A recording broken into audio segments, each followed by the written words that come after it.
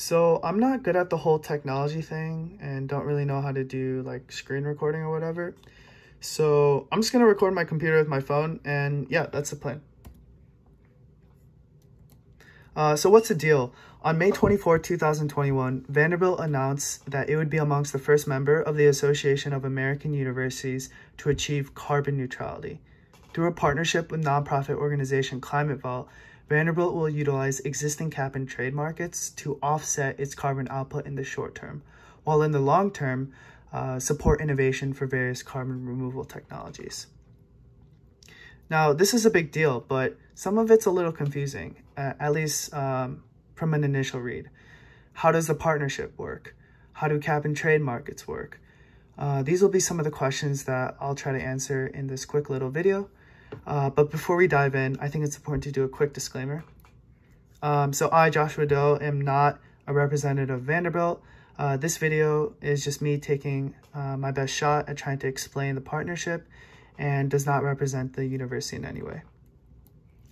So how does it work? From extremely high level, basically what Vanderbilt does is it donates money to Climate Vault. Climate Vault then buys carbon permits from existing cap and trade markets and does not sell these permits to other polluters, hence the vault. Subsequently, Climate Vault will grant carbon permits to various carbon removal technologies to create a kind of financial demand or an incentive for their technologies to continue existing.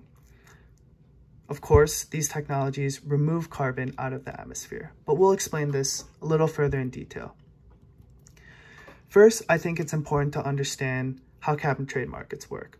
But rather than me explaining it, I thought I'd play this short little video because I find that this person explains it very well.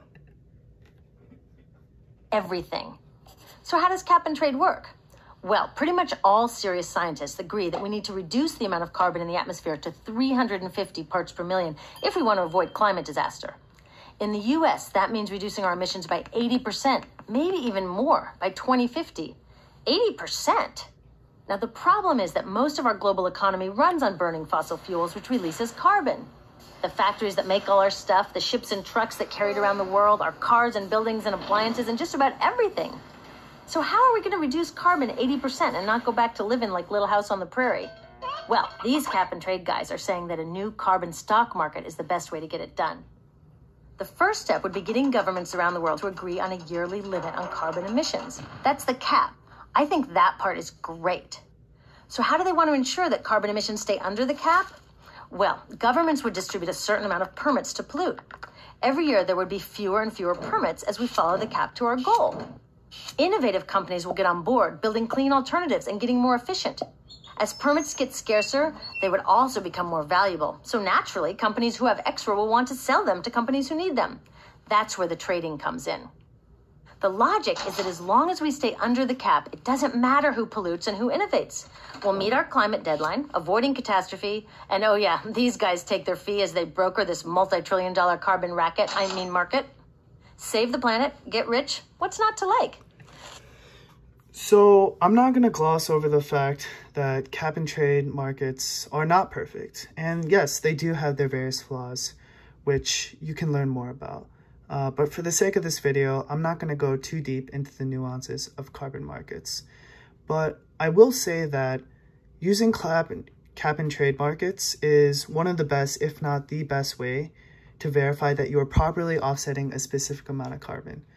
And this is because carbon permits have a price in the market.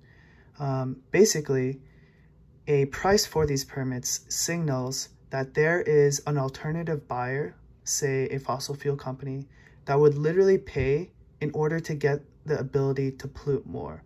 So by outbidding that company, we are able to essentially remove carbon out of the atmosphere and 100, well, not 100, but more accurately know that it is actually creating that offset impact. So quick review, Vanderbilt gives money to Climate Vault to basically buy the exact amount of carbon permits that would match up to the amount of carbon that Vandy currently emits. And it creates that offset effect because it is not selling to a polluter. Now, there's a fourth step in this partnership with Climate Vault, and that's the supporting of carbon removal technologies. So after buying these carbon permits off the carbon markets, the Climate Vault team will grant these permits to carbon removal companies, and they'll do it in accordance with each ton of carbon removed. So basically, in exchange for the exact amount of carbon removed with their technology, these companies can take these permits and sell them on the market for whatever they would go for at the time. Essentially, this creates kind of a financial incentive for these carbon removal technologies and supports further innovation. Because for a lot of these companies right now, no one is paying for them to remove carbon out of the atmosphere. And by creating this financial incentive, we allow them to continue producing because they need either demand or investor money to continue improving their technologies. And the hope is that one day, by creating this incentive, these technologies will eventually get really effective and really cheap, and one day be able to pull a lot of carbon out of the atmosphere. And yeah, that's basically the deal. But before we wrap it up, I think there are some other important questions to address. Does this mean that Vanderbilt will no longer seek to reduce its emissions on campus? Absolutely not. Vice Chancellor Kopstein has made it extremely clear that Vanderbilt will continue to decarbonize its campus with various investments.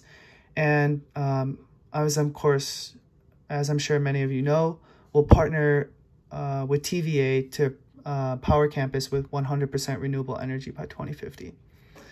This is actually really great because by using its procurement power to get TVA to build this new renewable energy, other users of electricity in Nashville will be able to kind of tap into renewable energy also. And just a quick pitch, get involved with Spirit and the Vanderbilt Green Fund to continue driving these investments. We get a really unique student role in getting to choose how some of this money is spent. Another question, what technologies will Climate Vault support?